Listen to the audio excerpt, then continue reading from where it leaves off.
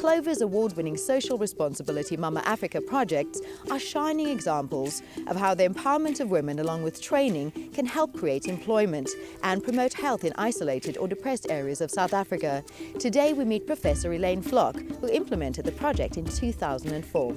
She'll introduce us to two of the Clover mamas.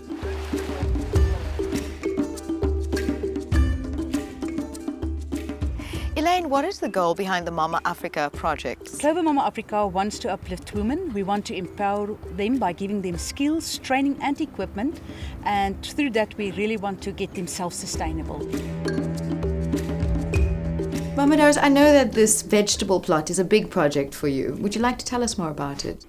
I'm coming from not the poorest family, not the rich family, but a normal family.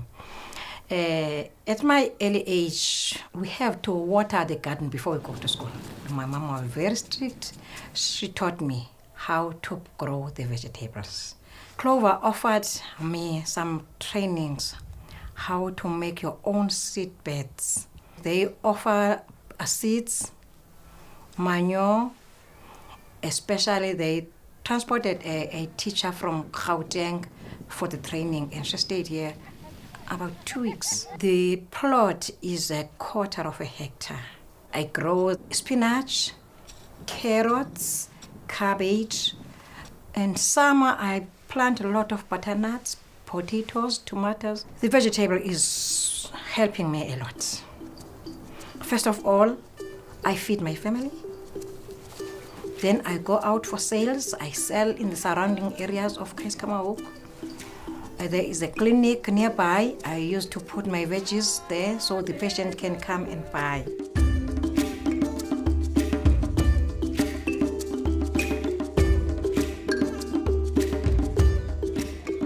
Elaine, how do you find these mountain-moving women?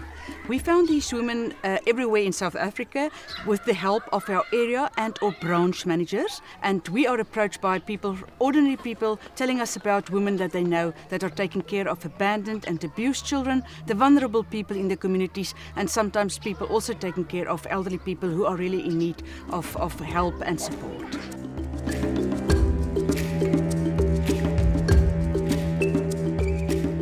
How did you learn to bake?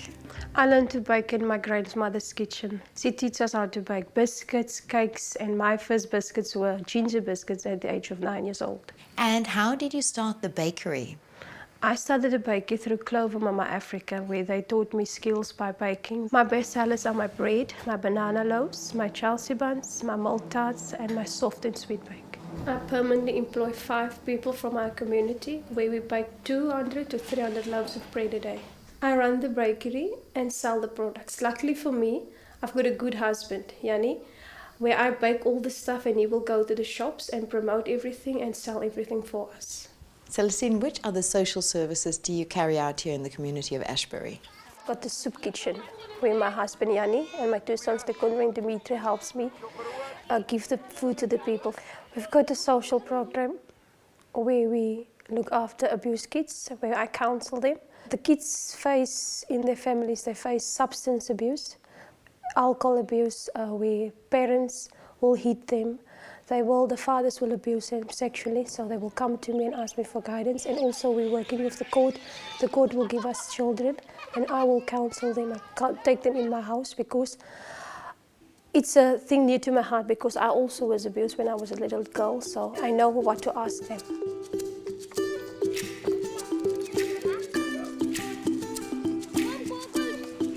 Now, I can see you've got your hands full with these children. Could you spare a couple of minutes to tell us about the community's centre's preschool? It's very important to have a preschool in a place like Ashbury. There's so many kids here, and nobody looks after them when their parents are at work. So that's why we are here to teach them. And also in our area, there's lots of young ladies getting pregnant, so single parents are here. So that's why there's so many kids are being left unattended at homes. Celestine, can you share with us which success story is closest to your heart? The closest success story to my heart is a lady working for me for almost 8 years. She was alcoholic, and I can truly say she's alcohol-free and she's living a happy life. Every year, Clover mamas from all corners of the country make a long journey to attend an intensive week of training. Aptly called Smarties Week, the mamas receive workshops that complement their existing self-help projects. Each mama receives a trophy in recognition of their hard work and commitment to the project. Mama Doris was the Best Farmer of the Year in 2010, and Mama Celestine was Best Businesswoman in 2011. The way to transfer the skills to the other projects, when I get back from the trainings, because sometimes I'm called to Joburg to have the baking training, I call them, then I show them what I've learned. Each and everybody is allowed to get the skill and go to her community and teach them. My final aim within this community is to create more jobs and make my bakery sustainable to create an income for myself and also members in the community. Currently, 35 extraordinary Clover mamas collectively look after more than 12,800 abandoned, abused, orphaned and HIV, AIDS infected and affected children, as well as 3,500 senior citizens in more than 35 geographic locations throughout South Africa. As the saying goes, you teach a man, he'll teach a man. You teach a woman and she'll teach a generation. Years and years ago, people looked after each other. No one went without food, clothing or shelter. The strong protected the weak, children and the aged. Skills were passed on from generation to generation. Elders were respected for their insight. It was a beautiful system in which everyone had a special role and a place of belonging. Call it ancient African wisdom or the concept of Ubuntu. I am who I am because of others around me. I am because we are. To promote gender equality and empower women is one of the UNDP priorities, not only as human rights, but also because they are the best pathway to helping achieve all the other Millennium Development Goals, as well as sustainable development.